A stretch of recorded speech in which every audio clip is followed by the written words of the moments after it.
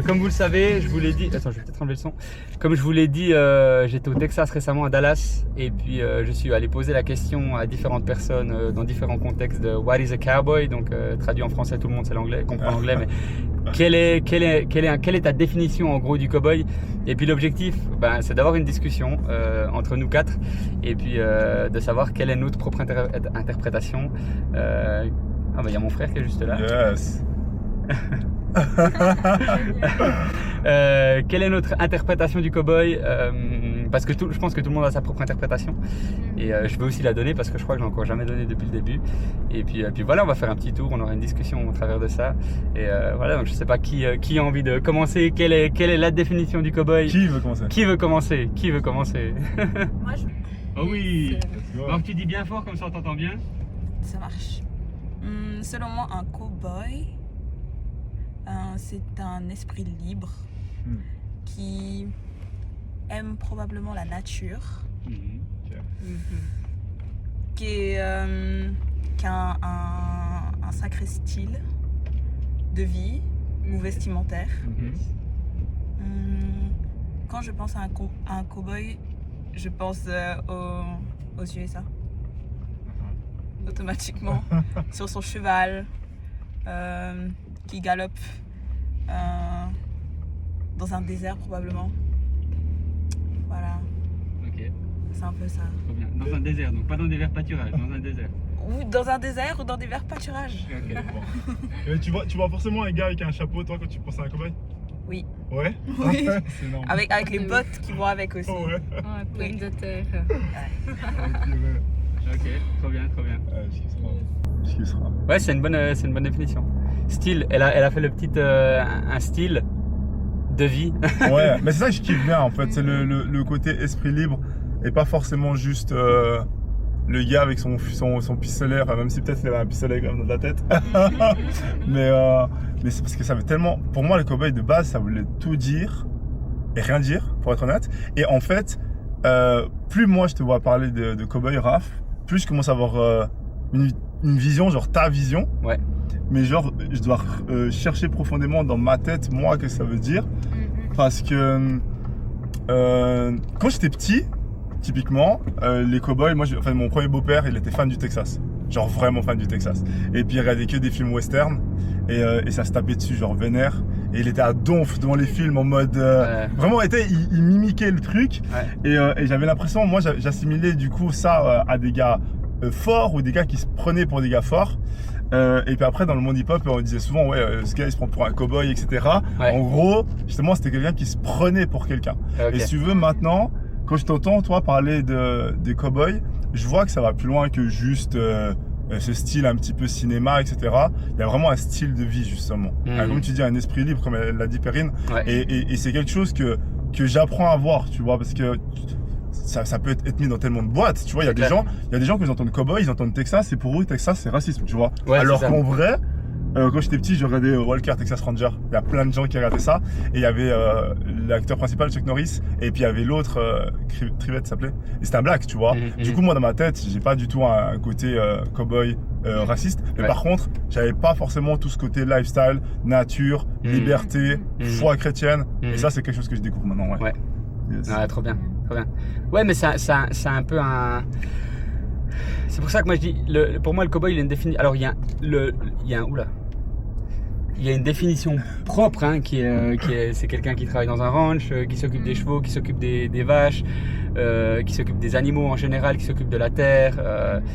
Ça c'est un peu la définition littérale en quelque sorte. Et moi c'est ça ma définition en fait, parce que je suis amoureux du ranching, je suis amoureux du Texas, de cette culture-là. Mais en soi, en fait, le cowboy aussi, il peut représenter un caractère. Ouais. Comme elle a dit avant, Perrine, elle a parlé d'un esprit libre. Ben, le cowboy, il a l'esprit libre. C'est quelqu'un, pour moi, c'est quelqu'un de fidèle. C'est quelqu'un qui représente aussi beaucoup de résilience, beaucoup de force, Ouais. de la loyauté aussi. Et j'avais vu récemment en fait un documentaire justement sur un ranch, je crois que c'est dans le Colorado sauf erreur, ou dans le Montana, je ne sais plus. Et un des mecs disait les cowboys sont certainement les plus chrétiens de tous parce qu'en fait le ranching c'est le métier le plus compliqué. En fait tu dépends de Dieu en tout et pour tout en fait. Dans la naissance des animaux, dans le fait de prendre soin d'eux, de prendre soin des terres. Le climat peut aussi désorienter la façon dont tu vas pouvoir faire de l'argent parce que en fonction de comment les bêtes vont se nourrir, dans la façon dont tu peux déplacer tes bêtes de pâturage en pâturage, peut-être que les terres ne seront pas assez bonnes pour nourrir les animaux et par conséquent les animaux s'ils sont pas assez engraissés, ça donne pas de la bonne viande et donc il n'y a pas de la bonne récolte et donc il n'y a pas d'argent qui rentre. Donc un de ces cow-boys disait mais je pense qu'on a le taux de pourcentage de chrétiens le plus élevé parce qu'en fait on dépend de Dieu, on peut que dépendre de Dieu, c'est impossible autrement. Ouais, c'est marrant. Donc en fait il y a un lifestyle mais il y a aussi un caractère là derrière. Yes. Et puis moi j'aime un peu toutes les facettes mais c'est surtout l'aspect le travail, le monter à cheval, le fait de gérer des terres, de gérer les animaux. Ok. Et puis après aussi tout le lifestyle qui va autour avec le rodéo, avec ouais. Et puis une fois Elisa, c'est marrant parce que tu m'avais demandé par rapport à moi, je regarde beaucoup la discipline du tie down roping. Okay. Donc c'est les rodéo cowboys en fait qui montent sur un cheval, qui doivent choper un petit veau puis ensuite lui ligoter les pattes. Yes. Et puis en fait elle avait une question qui était tout à fait légitime. Il y a plusieurs personnes qui m'ont posé la question parce qu'évidemment dans ma story je pose souvent ça parce que j'aime trop. C'est violent. Et en fait les gens se disent mais en fait ils agressent les petites bêtes. En fait oui, on est d'accord qu'il y a quand même une histoire de fight en quelque sorte, mais déjà ils utilisent jamais la même bête. Donc elle n'est pas constamment mise sous stress. Et puis il faut savoir que ces gars-là, les cowboys, et ils le prônent, ils aiment leur bête comme personne n'aime leur bête en fait.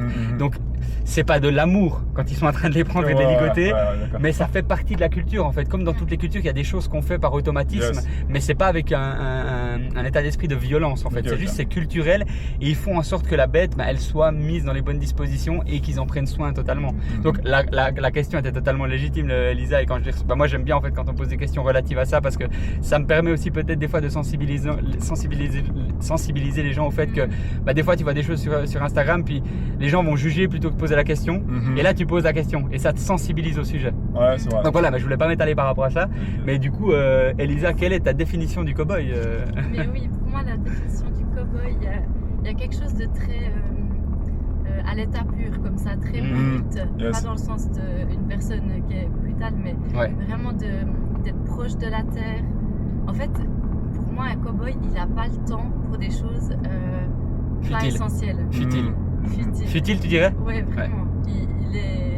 Il a trop à faire quelque part. Il doit prendre soin de son troupeau, prendre soin de ses proches, prendre soin de son territoire et puis aussi quelque part de le défendre, un peu comme un berger qui vient prendre soin de ses brebis, qui les amène là où il faut. Alors là, c'est une autre dimension. C'est avec plutôt des vaches, des bêtes qui sont énormes, qui sont aussi essentielles finalement à l'agriculture, à notre style de vie, pour aussi nourrir les populations. Et puis je trouve qu'il y a vraiment quelque chose de très proche finalement de la terre en fait. Ouais, clairement. Ils n'ont pas le temps, je pense, les cow-boys d'être pendant, je sais pas, d'avoir 6 semaines de vacances par année à Hawaï sous les tropiques. Je laisse ma petite vie tranquille. Non, c'est vraiment des gens, pour moi, qui ont un caractère persévérant et résilient et vraiment qui sont à fond dans ce qu'ils font en fait. C'est vraiment un lifestyle, c'est pas juste un job. Tout à coup, c'est ça. Je peux partir et puis c'est bon, je vais mettre les pieds en éventail. C'est plus que ça pour eux en fait, c'est leur passion. Exactement. D'être un cow-boy. C'est ça. Mais c'est une vocation. C'est une vocation et puis après on pourrait dire aussi que t'es né là-dedans, c'est que quand tu es né là-dedans que tu peux travailler dans le domaine, dans l'univers du cow-boy. Enfin, l'univers du cow-boy, c'est un peu bizarre de dire ça comme ça, mais de devenir un cow-boy en quelque sorte. Mais en fait, c'est plus que ça, c'est un état d'esprit. Je pense que moi, aujourd'hui, si je voulais vraiment, je pourrais clairement partir, aller dans un ranch, je sais monter à cheval, mais apprendre à monter à cheval encore mieux, apprendre à gérer tout ce qui est, les terres, les animaux, et le devenir en fait, parce que c'est un état d'esprit. Après, des fois, on aurait tendance à dire que tout le monde peut être un cow-boy. J'irai pas jusque là, mais je pense que quand il y a une passion pour ça, tu peux le devenir. Et moi, je sais qu'actuellement, déjà, c'est pas une passion actuelle. Pour moi, c'est une passion, en tout cas, pas éternelle, parce qu'elle viendra pas avec moi après au paradis. Mais en tout cas, sur cette terre, c'est devenu vraiment une réelle passion. Et je sais que potentiellement, je vais jamais concrètement avoir un ranch, en tout cas qui sera comment dire, productif, dans le sens où j'aurais peut-être jamais 150 vaches, 200 chevaux, mais je sais que c'est un lifestyle que je vais peut-être poursuivre.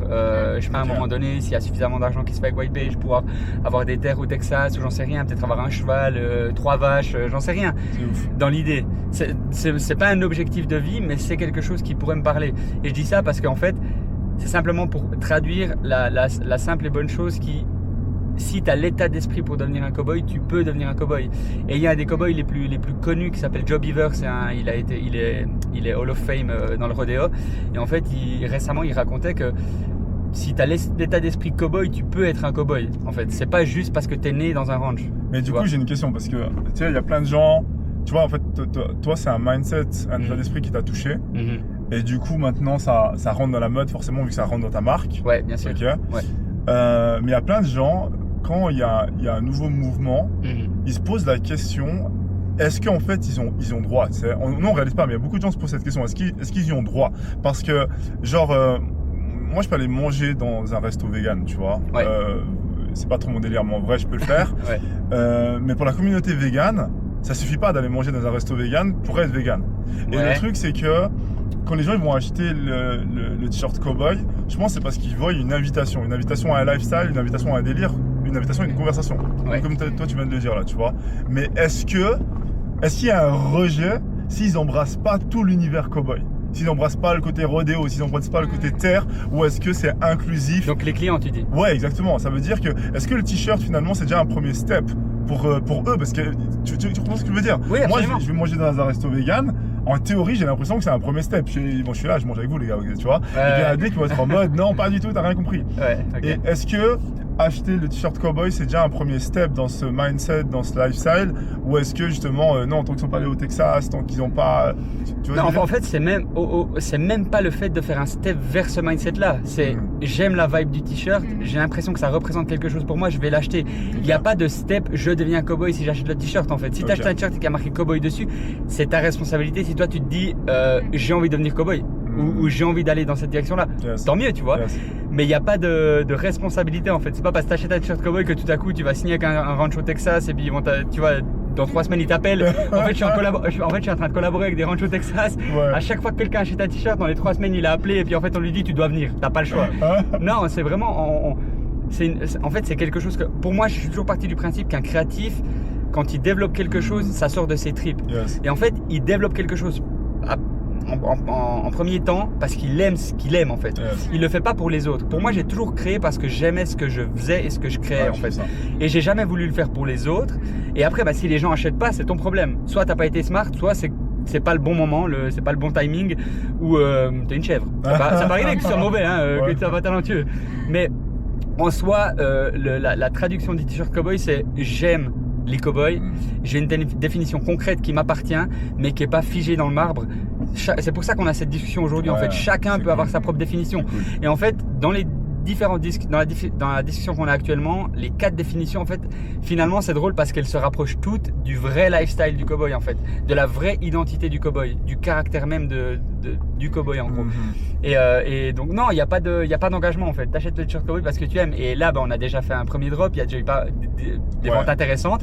Et j'ai des gens de partout, de mindset différents complètement. Et je sais très bien que dans ces gens, il y en a plein, voire le 90%, qui vont jamais embrasser le mindset du cowboy comme moi je l'embrasse, qui vont jamais s'amuser à regarder du rodéo, qui vont jamais s'intéresser au pick-up truck, qui vont jamais s'intéresser aux petites vaches. Vous voyez, donc il y a pas d'engagement en fait. C'est simplement j'aime. Et en fait, moi j'ai sorti ce t-shirt et j'ai créé ce t-shirt parce que j'aime ça, mais je sais en fait que toi tu as parlé avant Bertrand que quand tu étais petit, tu regardais des séries ou tu regardais la télé, il y avait les cowboys.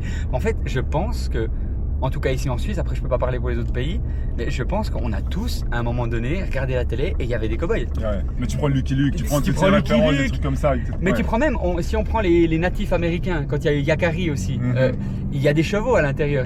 Donc on a tous été d'une façon ou d'une autre impactés de façon forte ou peu, ou à l'inverse pas forcément, mais on a tous vu des cow-boys à un moment donné et on s'est tous fait une idée. Et moi j'ai l'impression que quand j'étais jeune, quand j'étais à l'école, le sujet il n'était pas forcément beaucoup amené sur la table, mais quand on parlait du cow-boy c'était waouh. Mais quand t'es petit, c'est un délire, ça fait partie de la culture. Mais en fait, si tu veux, pour moi, ce qui est vraiment intéressant, déjà dans dans les t-shirts en soi, mais même dans le fait que toi tu amènes ça, c'est qu'aujourd'hui, ça c'est ma perception encore une fois, c'est ma définition, c'est que j'ai l'impression que le monde actuel se remet beaucoup en question par rapport aux States, par rapport aux US. Moi quand j'étais petit, tout le monde voulait bouger aux US, mais genre tout le monde voulait vivre là-bas. Moi je voulais vivre là-bas, c'était une dinguerie. Et puis entre temps, ça a pas mal bougé. Et les gens aujourd'hui ils ont une autre perception, etc. Mais des fois parce que les gens ils ont l'impression qu'ils sont peut-être perdus de ce qui était essentiel. Et en fait, je trouve dingue qu'un gars comme toi, et c'est ça qui est fort en fait, un gars comme toi qui a la trentaine, qui on le sait en fait, hein, tu kiffes ce qui est stylé, etc. Tout d'un coup tu te prends d'amour pour des valeurs autant pures, autant essentielles et autant fondamentales. Et ça, je trouve ça dingue, tu vois, parce qu'aujourd'hui, les gens, ils ont une recherche de ce qui fait sens. Cette année et l'année passée, il n'y a jamais eu autant de ventes, par exemple, de Bibles. C'est complètement fou. Mais juste parce que les gens, ils se posent la question, mais en fait, d'où on vient, c'est quoi vraiment le sens de cette life, tu vois. Même tous ces différents mouvements, je parlais du véganisme ou des choses comme ça, c'est parce qu'en vrai, les gens, ils veulent être proches de ce qui est concret. Et en fait, je kiffe le fait que le terme cowboy dépasse juste le mec qui est sur un cheval avec des guns. Tu vois, je veux dire.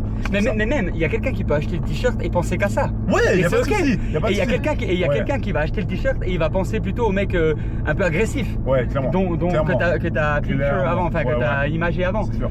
Donc il y a une liberté dans la façon de penser et il y a une liberté dans la façon d'interpréter ce t-shirt. Et en fait, moi je me réjouis de me dire, je le fais pas pour l'argent, mais je me réjouis de me dire qu'il y a peut-être des milliers de personnes qui l'ont ce t-shirt. Mais en fait, on a tous des mindsets complètement différents et à un moment donné, c'est un rêve que j'ai depuis longtemps, de me dire qu'il y a des milliers de personnes qui ont ce t-shirt dans le monde entier et à un moment donné, il y aura un point central au travers duquel on va se rencontrer. Par exemple, on va faire un événement à New York et la plupart des gens vont venir. Pour autant qu'ils aient de l'argent, qu'ils aient envie de venir. Et en fait, on va tous se retrouver là et on sera 1500 personnes dans cet événement, dans ce lieu. Il y aura un pop-up, il y aura de la musique, il y aura la vente de vêtements et autres. Mais on pourra avoir comme un talk en fait, où on est tous ensemble en train de discuter. Et il y a un genre un Q&A ou j'en sais rien, mais une discussion ouverte. Et en fait, tout le monde va venir avec son interprétation du cow-boy. Et il y a peut-être des gens qui vont donner une interprétation qui est absolument à l'opposé de la pensée du cow-boy ou de ce qu'un cow-boy peut représenter. Parce que comme j'ai dit avant, je pense qu'il y a un caractère du cow-boy et puis il y a vraiment la définition pure dans le travail, dans la façon d'être. Et moi, mon rêve, c'est ça en fait. C'est-à-dire qu'il y a tellement de personnes qui l'ont acheté, mais ils pensent tous différemment, entre guillemets. Et c'est pour ça aussi que j'ai créé ce segment, parce qu'en fait, au travers de ce segment blank, donc il y aura des t-shirts cowboy, mais il y aura aussi d'autres t-shirts. Mais je commence avec ce t-shirt cowboy et je précise, comme j'avais déjà précisé, ce serait un peu comme Supreme, notre box logo.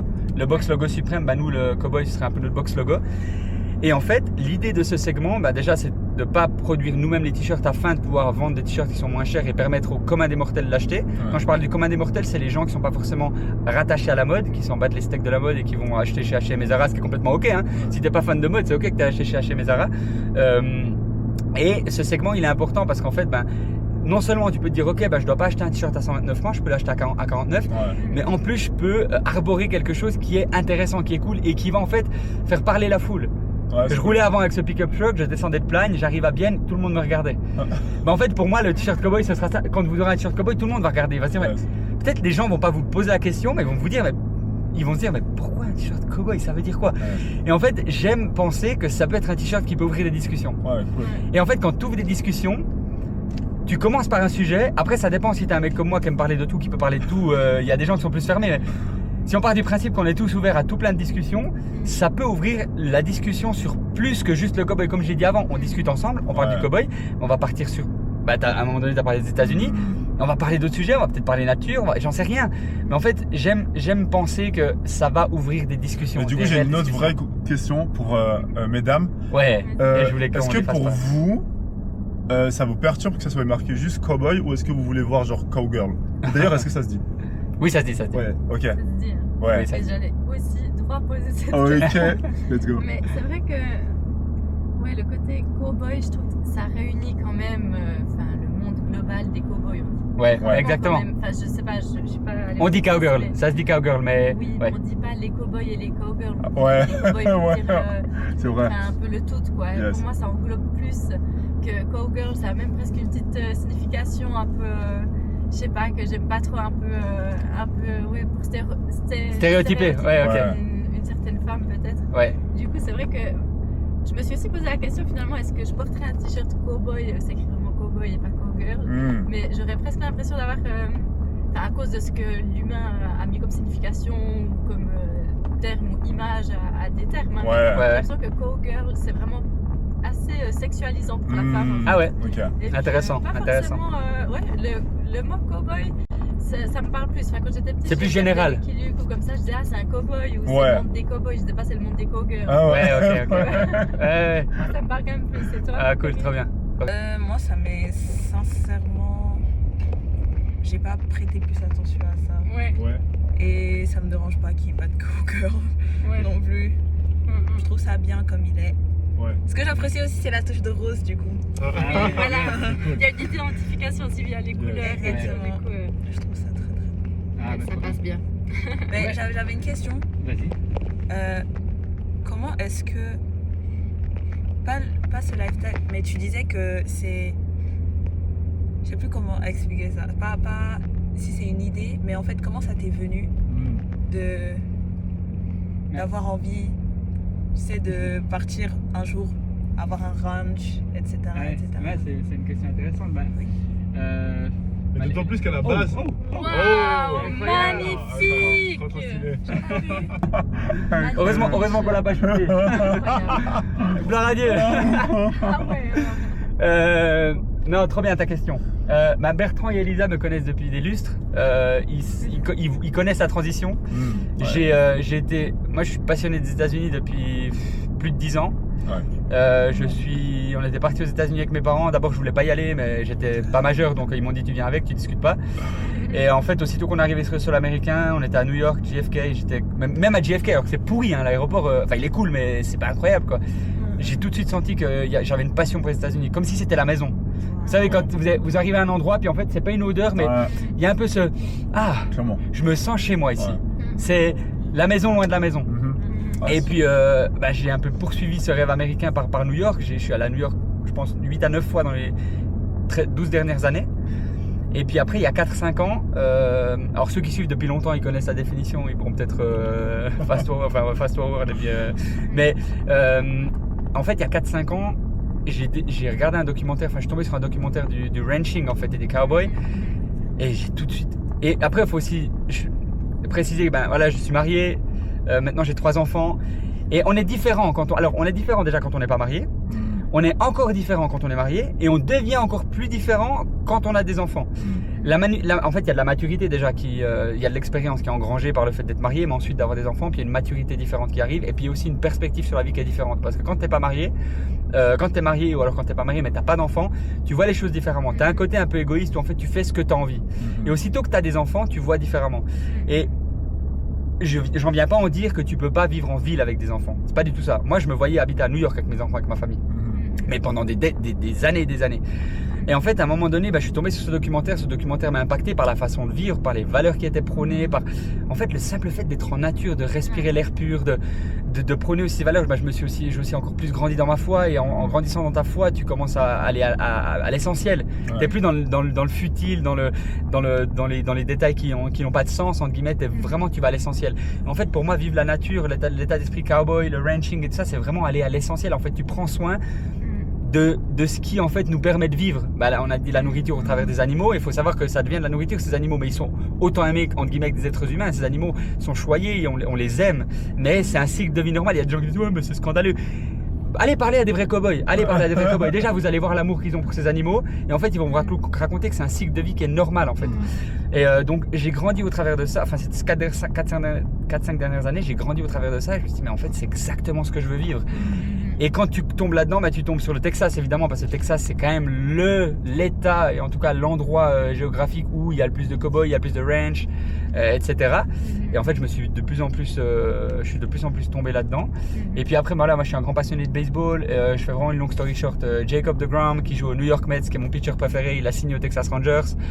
Donc voilà, c'était une raison pour moi encore plus d'aimer le Texas, de changer d'équipe. Je suis un mec fidèle, j'avoue, désolé New York pour toutes les équipes que j'ai quittées. Je suis passé au Texas dans toutes les équipes. Football américain, baseball, je suis passé au Texas.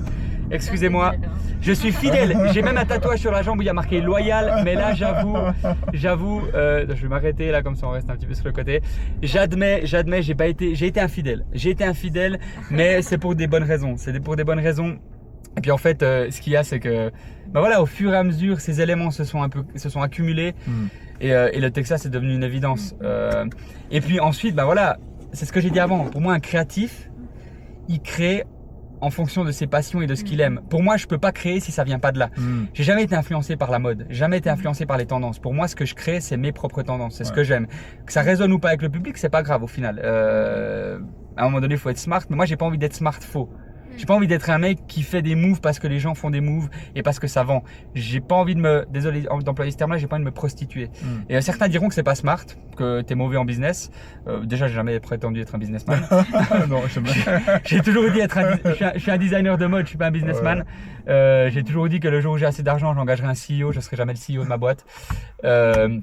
Et c'est tout en fait.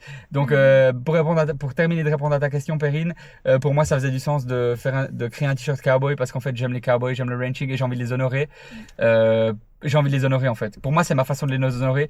Et toutes les autres personnes qui achèteront le t-shirt sans penser aux cowboys, ben ils honoreront autre chose. Ils honoreront des valeurs qu'ils apprécient. Mais on est d'accord que parce que c'est vraiment fort la question qu'elle a dit. Comment est-ce que t'es tombé dedans? On est d'accord que du coup c'est un tout. Donc c'est lié aux States. Ça c'est important de noter. Ah oui. Je me cache pas de ça. Il y a la culte, enfin il y a tout le côté nature, etc.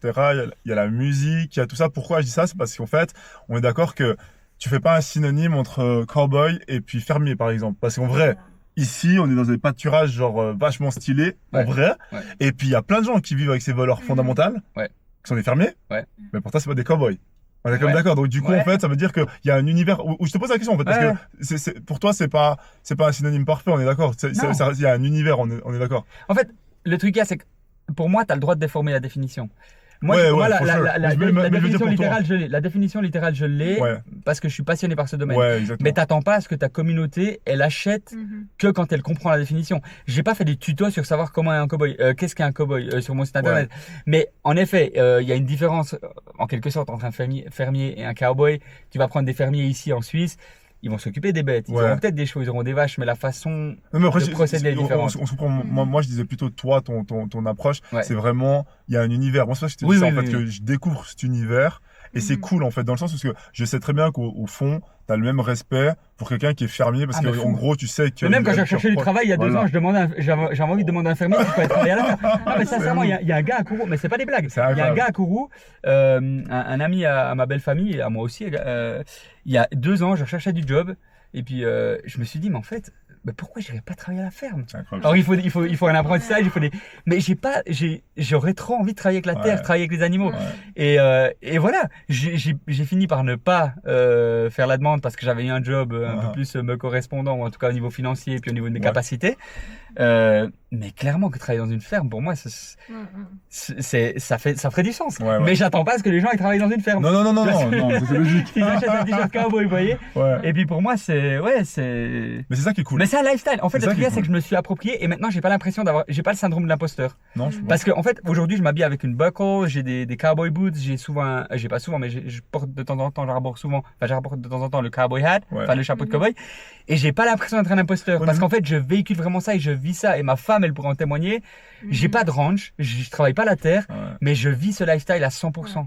Sans être sur un cheval. Oui, mais en fait, pour moi, c'est ça qui est stylé. En fait, après, je sais pas pour les autres, mais c'est ça qui a été intéressant de te voir dans ce process parce qu'au début, perso, moi, je captais pas. Tu vois, au début, je captais pas. Mais c'est logique parce qu'en fait, tu connais un pote qui est hyper sensible à tout ce qui est clean, à tout ce qui est fashion, et tout d'un coup, il kiffe la terre, etc. Donc, tu captes pas. Mais ce qui est intéressant, c'est de voir le process et la capacité que tu as aujourd'hui à expliquer et à prendre les gens avec. Parce que si tu prends la culture hip-hop, il y a une pétée de gens aujourd'hui qui s'identifient à la culture hip-hop depuis presque 20-30 ans. Ils viennent ni des States, ils viennent ni d'un ghetto, ils sont pas nécessairement black, ils ont la casquette, ils ont les pantalons larges, et pourtant ça appartient à une réelle culture, tu vois ce que je veux dire. Donc c'est la preuve en fait que tu peux kiffer quelque chose, même si tu viens pas de l'endroit même, et surtout tu peux en extraire les forces. Absolument. Et puis aussi des fois voir les aspects négatifs, tu vois. Aujourd'hui, t'es pas blind. S'il y a des côtés qui sont bizarres tout d'un coup dans la culture cowboy, tu vas faire la nuance parce que t'es chrétien avant tout, tu vois. Absolument. Donc, mais après aussi, tu vois, pour moi le socle de ce processus, de ce processus en fait de changement, de cette transition de style entre guillemets. Alors après pour moi c'est une évolution organique. Hein. Je veux dire, on grandit avec le temps, comme j'ai dit avant. T'es marié, ensuite t'as des enfants, tu changes, tu deviens différent entre guillemets.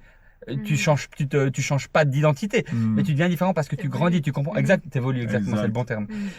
T'évolues. Et en fait, comme j'ai dit avant, j'ai pas le syndrome de l'imposteur parce qu'en fait, j'ai embrassé ce lifestyle et en fait, j'ai un respect tellement profond pour ces gens. Pour moi, en fait, il y a le fait de s'approprier un lifestyle et puis le fait de le vivre vraiment. S'approprier, pour moi, on a dans notre culture actuelle, alors pour moi, j'ai vraiment de la peine avec la culture actuelle où on va vite juger, on va dire oh, c'est de l'appropriation de culture, etc. Pour moi, c'est un problème. Mais on va pas rentrer dans ce schéma-là parce qu'on en aurait pour 3 heures de temps.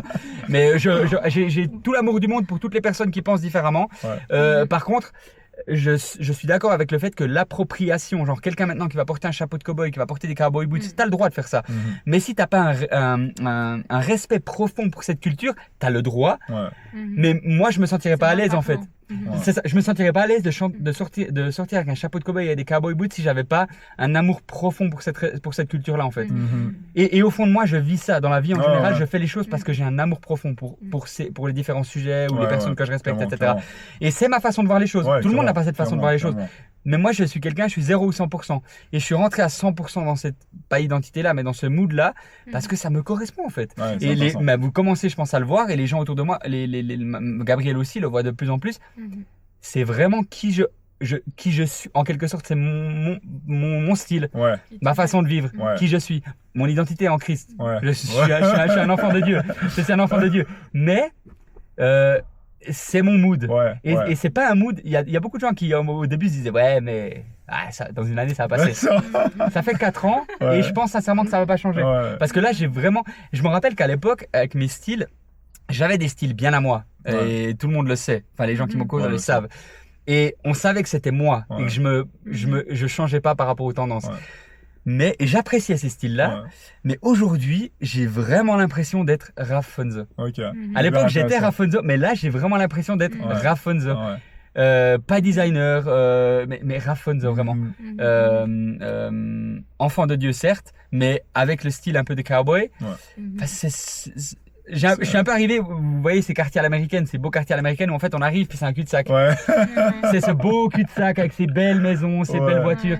Et t'arrives au bout puis en fait un cul-de-sac, la définition du cul-de-sac c'est que tu peux pas aller plus loin. Mais en fait j'ai l'impression d'être arrivé dans ce cul-de-sac en fait et je suis en plein milieu de ce cul-de-sac. Puis je regarde ce qui se passe autour de moi et en fait je me dis c'est moi en fait. Je suis pas un imposteur, je suis qui je suis, c'est mon style. Et je trouverais intéressant, même si on parle de White Page et puis du t-shirt cowboy, de savoir si vous, en fait, vous êtes arrivé à cette... Alors, vous n'avez pas encore d'enfant, mais même, est-ce que vous êtes vous-même arrivé à à ce point-là, en fait, de votre vie Peut-être si on peut commencer par Perrine. Avant juste de... Toi, t'es jeune, hein. Toi, t'es très jeune. Hein. Effectivement. Mais avant de répondre à ta question, je voulais juste dire que pendant que tu parlais, ça m'a juste fait repenser à la fois où on s'est parlé et où j'ai dit que on t'appelait le cow-boy en fait. Parce que vraiment, et ça touche mon cœur de fou ça. Que ce soit même pour les enfants aussi, genre dans leur style vestimentaire, on est en mode ok, je connais leur père. On sait qui c'est. Et puis tout ça pour dire que la marque que tu as créée, en te voyant, tu la représentes bien. Ah trop bien. Donc je voulais dire ça. Trop stylé. Et de rien. Et puis pour répondre à la question, non, je ne pense pas que je sais déjà. Je suis pas encore arrivée à... je ne sais pas encore. Et c'est pas une question de maturité, hein. Oui. C'est vraiment une évolution en fonction de... Ok. Mais c'est très bien de savoir aussi que moi quand je traduis le fait que j'ai l'impression d'être arrivé au stade final, c'est pas un stade final en soi. C'est-à-dire que ça veut pas dire que je vais plus évoluer, mais je sais pleinement qui je suis et ce que j'ai envie entre guillemets de représenter. Ouais, c'est ça. Et d'être à l'aise avec ma personnalité, avec qui je suis. Cool. Aujourd'hui, j'ai pas l'impression de faire des choses qui sont complètement ça veut pas dire qu'à l'époque c'était contre-productif. Mais là, j'ai l'impression d'être moi-même. Quand je me lève, je sais comment je m'habille. Je sais que c'est ça que je suis en fait. C'est hyper intéressant. Claudia, tu veux? Yes. Oui, moi ce qui me vient à l'idée quelque part, comme tu as dit, où tu as eu peut-être différentes périodes où tu te cherches plus dans certains domaines, finalement ça rejoint ce qu'on disait au début, que la culture cowboy c'est quelque part comme un retour à l'essentiel. Et finalement quand on se cherche, ce qu'on cherche c'est qui on est vraiment et purement et sans artifice et sans tous nos potes ou faux potes, ou enfin voilà, sans les gens excellent, qui nous entourent, sans rien, c'est vraiment qui on est nous. Enfin, tel qu'on est créé par Dieu et puis qui on est en fait à l'origine. Trop bien. Et puis c'est vrai que c'est ça qui me parle en fait finalement avec cette culture cowboy, c'est que c'est vraiment un retour à l'essentiel. Puis par exemple pour toi Raph, moi je te connais depuis un moment, c'est comme quelque part la finalité en fait, l'essence, le retour à l'essentiel. Et je trouve ça trop beau. Trop bien. Et alors bien sûr moi j'apprécie la culture cowboy, enfin de ce que je vois et tout, je trouve ça hyper passionnant, fascinant. J'aime ce côté voilà de prendre soin, d'être loyal, d'être à fond dans un truc, d'être persévérant et c'est des choses qui me parlent à moi dans ma vie. Je ne veux pas être quelqu'un qui fait des choses à moitié ou qui les fait pour faire plaisir aux autres. Trop bien. Et en fait, quelque part, alors je ne m'identifie pas personnellement à 100% dans la culture cowboy. Mais t'as pas besoin. J'aime la nature, j'aime toutes ces choses, mais moi je pense que oui, qu'en fait toute notre vie, on va finalement tendre à l'essentiel.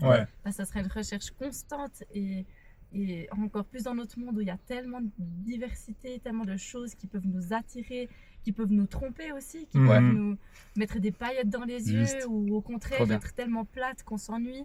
Et puis j'ai l'impression que, en tout cas personnellement, ma foi m'aide à éviter le plus rapidement possible les choses dans lesquelles je ne voudrais pas aller, par exemple, et puis qui peuvent me guider en fait vers qui je veux être vraiment et sans...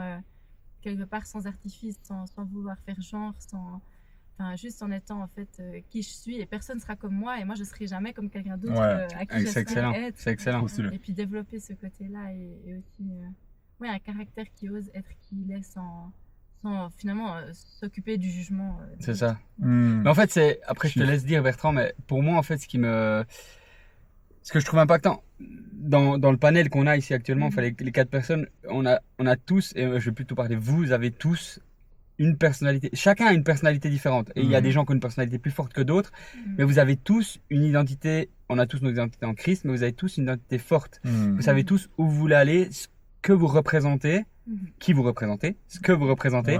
Et en fait, quelles sont vos capacités? Et en fait, je trouve fort de côtoyer en fait des gens qui savent. Perrine, moi je te connais pas depuis longtemps, mais j'ai discuté avec toi il y a 2 semaines à l'église et c'était frais. C'était frais. Et de dire en fait, même si toi tu dis que t'es en process parce que t'es jeune et tout ça, puis tu sais pas exactement où tu vas ou qui tu es, j'en sais rien. Mais en fait, tu dégages quelque chose qui me fait dire que au fond de toi, même si tu n'as pas tout découvert, on sait qui tu es et où tu veux aller. Et puis en fait, c'est fort de voir ça chez les gens. Et je pense que tout le monde pourrait expérimenter ça, mais on le sait que c'est très souvent qu'en Christ, enfin pour nous, on croit que c'est qu'en Christ qu'on peut réellement trouver cette identité et savoir qui on est pleinement. Vous pouvez venir débattre, aucun problème. On va pas faire de débat. On va parler avec beaucoup d'amour et bienveillance parce que le débat, c'est l'orgueil qui l'emporte et on cherche pas à gagner le débat avec l'orgueil. On cherche à avoir des discussions ouvertes. Mais en fait, c'est ça pour moi. Autant chez Perrine, chez Bertrand que chez Elisa, je vois des personnes qui savent où elles vont, qui savent qui elles sont et qui tendent vers l'essentiel dont tu traduisais si bien, Elisa, en fait, de se dire. Et moi, j'ai vu aussi ta transformation ces derniers temps. Enfin, t'étais déjà un gars extraordinaire, mais là, c'est incroyable de voir comme tu grandis aussi. Donc, de voir en fait aussi cet aspect. Le monde ne veut pas nous faire comprendre qu'on peut évoluer. On a l'impression qu'on est né comme on est, et puis on doit avancer avec le temps. On doit se ramasser des vagues dans la tronche, et puis voilà, c'est pas grave. Mais en fait, de voir des êtres humains autour de soi qui évoluent. C'est beau. C'est beau, et c'est bon. Et c'est bon. Donc, Bertrand, je te laisse peut-être dire ce que toi, tu... Non, mais je kiffe trop, en fait. On a encore de la batterie. Vous avez de la batterie sur le téléphone? Moi, pas. Depuis combien de temps? Depuis longtemps. Il s'est éteint? Oui. Ah mince, parce que... Saturé. Mais c'est pas grave. Saturé? Saturé? Ouais. Puis toi, ça va encore? Oui, ça marche. Tu peux relancer un autre? Tu veux que je te le passe? Non, tu peux garder. Mais t'arrives pas à relancer un autre truc? Non, saturé. Sérieux? Ouais, c'est pas grave. C'est pas grave dans tous les cas parce que on te voyait, je pense, depuis derrière. Mais tu veux que je cut des vidéos? Non, c'est tout bon. Ah ouais. À toi. Ah ok, parfait. Mais c'est juste que je veux... Ça fait partie du... Ok, parfait. Attends, je joue juste un peu parce qu'il y a de la buée là. Ouais, attends, c'est moi qui l'ouvre. Non? Attends. Je pense que tu l'ouvrir là. Ah ouais, parfait. Et après le spot là pour faire des photos, ça va être incroyable. Ça va? Ouais. Ok. Ouais, vas-y, à toi, mec. Parfait. Non mais, vous aurez pas froid? Non, on est bien. Ok, c'est bon, parfait. Non mais en fait, je disais que je kiffe trop ce que j'entends, ces échanges, ils sont vraiment purs.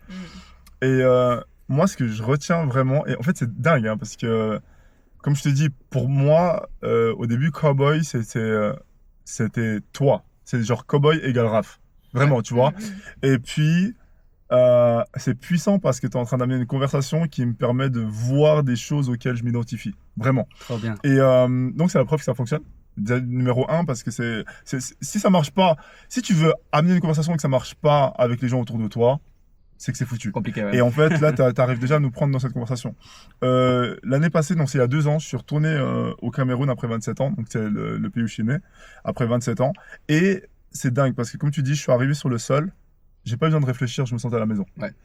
Et je suis arrivé en ville, par contre, et quand je suis arrivé en ville, le rythme était tellement énorme que je sentais en fait que j'étais comme forcé de me conformer au rythme que les gens ils avaient. Ça veut dire que la manière dont les voitures elles roulent, la manière dont les gens ils parlent, dont il y a les marchés, dont il y a ci, dont il y a ça, automatiquement j'agissais d'une manière qui n'était pas moi, mais pour ressembler à tout le monde. Okay. Tu vois ce que je veux dire? Je vois.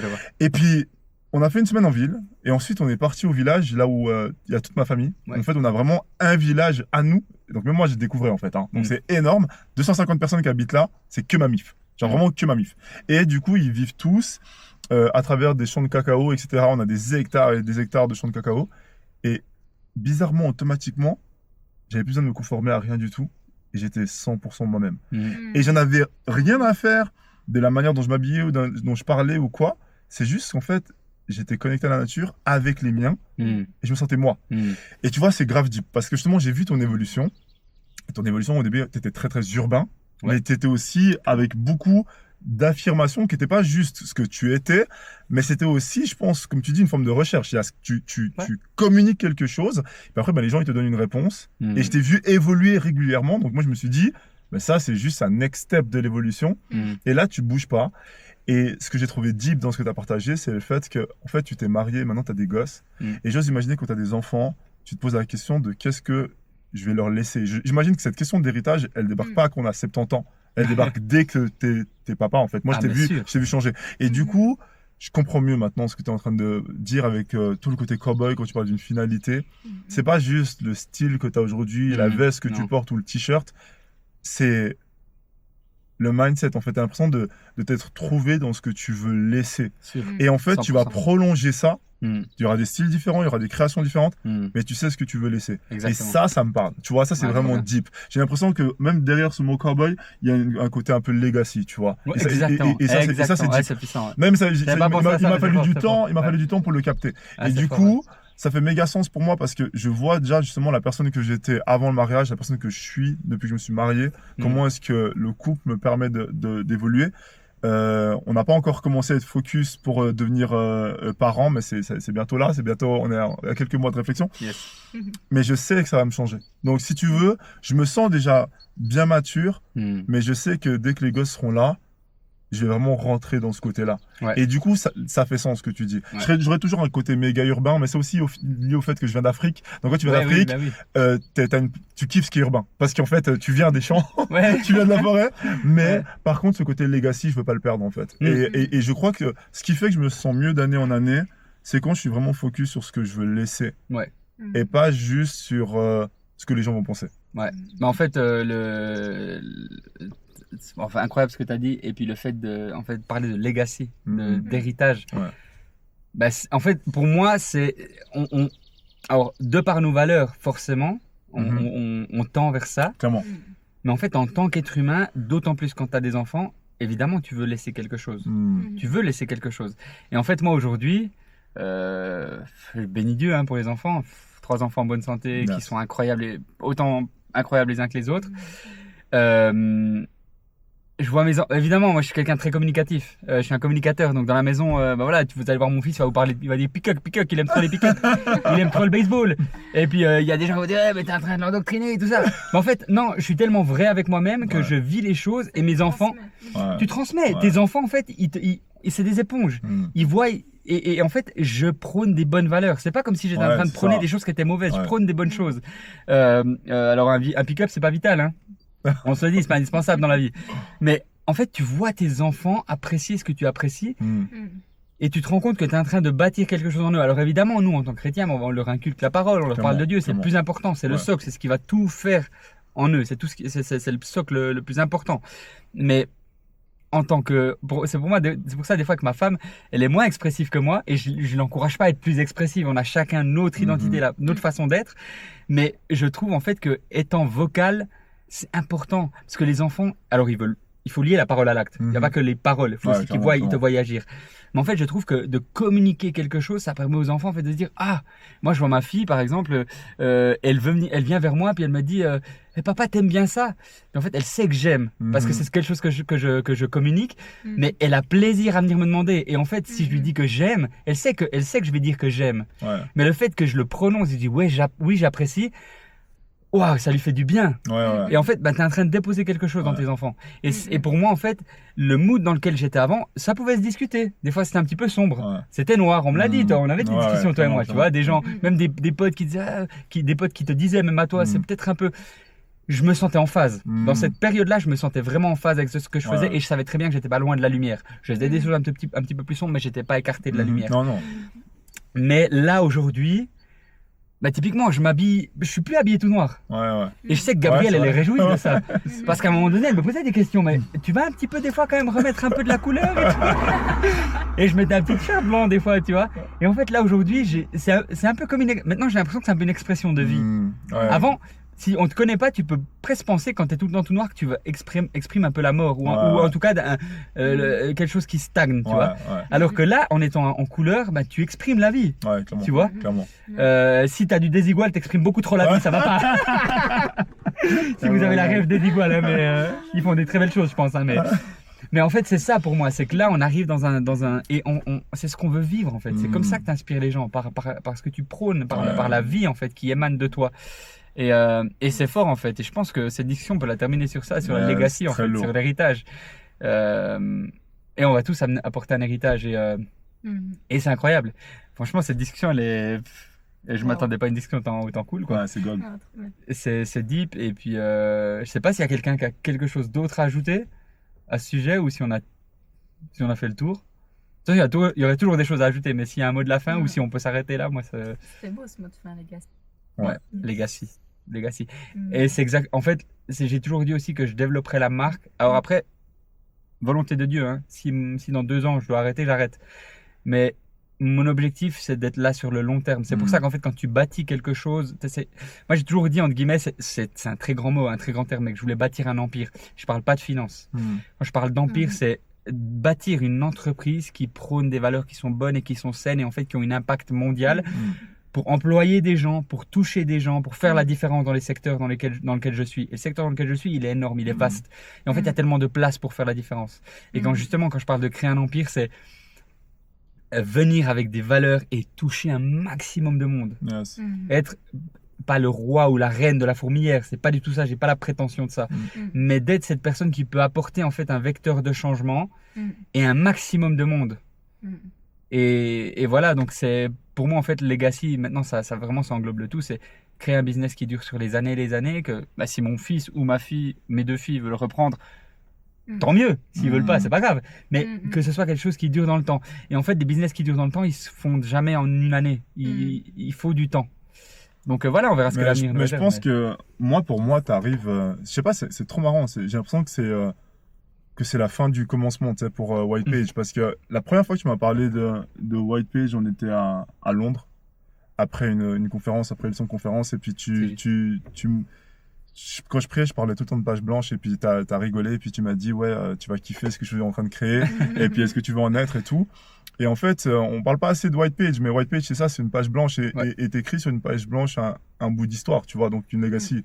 Et en fait, j'ai l'impression que c'est la fin du commencement, parce que peut-être qu'avant, tu t'es cherché dans plein de choses, et en fait, maintenant, tu vois ce que tu veux aussi laisser comme legacy, tu vois ce que je veux dire? Exactement. Donc c'est lourd, ça match avec le nom de la marque, et c'est important qu'il n'y ait pas trop que les gens ils se posent l'accent, White Page, cowboy. Ouais. Mais en fait, ça fait sens. En fait, c'est à ce côté legacy. Et il faut savoir aussi que il y aura pas que le t-shirt cowboy. Ouais, cowboy, c'est une partie, c'est dans le segment blank, mais le prêt-à-porter va continuer à exister, il va vivre, on va continuer à le développer. Cowboy, c'est comme j'ai dit, Supreme vend beaucoup de box logos. Ça représente quelque chose pour les gens qui achètent Supreme. Les OG de la marque Supreme, ils achèteront toujours des box logos. Yes. Parce que ça représente quelque chose. Ouais. Je dis pas que les gens qui aiment White Page depuis le début vont toujours acheter le t-shirt cowboy. Ouais. Mais aujourd'hui, je vois que dans mes clients actuels, dans ceux qui ont acheté le t-shirt cowboy, bah, j'ai mes clients les plus fidèles. Yes. Ceux qui ont acheté depuis le début, ils ont acheté un t-shirt cowboy. Ouais, c'est... Et même, ils ont acheté les deux, le Ouais. noir et le blanc. Ouais. Et c'est pour ça que, à un moment donné, j'ai communiqué le fait que celui qui aura le plus de t-shirts cowboy achetés à la fin de l'année 2025, il va designer un t-shirt cowboy avec moi. Mhm.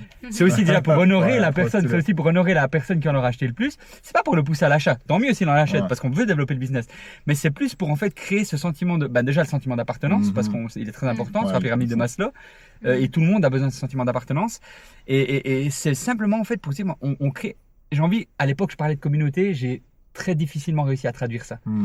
Aujourd'hui, je sais que je suis en train de le traduire. Ouais, je suis en train de vraiment de le vivre. Yes. Et c'est par ce genre de move-là que je veux le vivre. Ouais, c'est trop stylé. De dire, ok, ça sera une personne, mais peut-être quand ce sera beaucoup plus grand, ce sera 10 personnes, ce sera une équipe de 10 personnes, ou j'en sais rien, mais de pouvoir se dire, en fait, on vit des choses ensemble, on bâtit ensemble. Et je trouve cool, en fait, de se dire que, de voir, en fait, que mes clients les plus fidèles, c'est ceux qui ont acheté les premiers. Ouais, trop bien. Qu'il y a quand même des gens, il y en a pas 1000, hein, Ouais. qu'on se le dit, je flex pas, hein, il y a vraiment, c'est peu, j'ai pas dépassé mes attentes, de loin pas, mais je suis reconnaissant. Ouais, trop stylé. Je suis reconnaissant, et puis les clients les plus fidèles sont là. Yes. Et ça veut dire qu'ils ont compris le message. Et j'espère que la boule de neige va grandir et elle va devenir un immense. Donc voilà. Mais merci à chacun. Trop stylé. Dinguerie. Incroyable. Amen.